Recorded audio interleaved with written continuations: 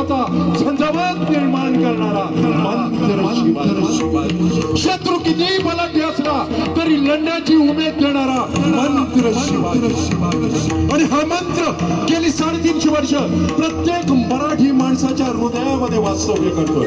कारण हा मंत्र म्हणजेच महाराष्ट्राची अस्मिता, महाराष्ट्राचा वैभव, महाराष्ट्राचा आराध्य दैवत छत्रपती शिवराय.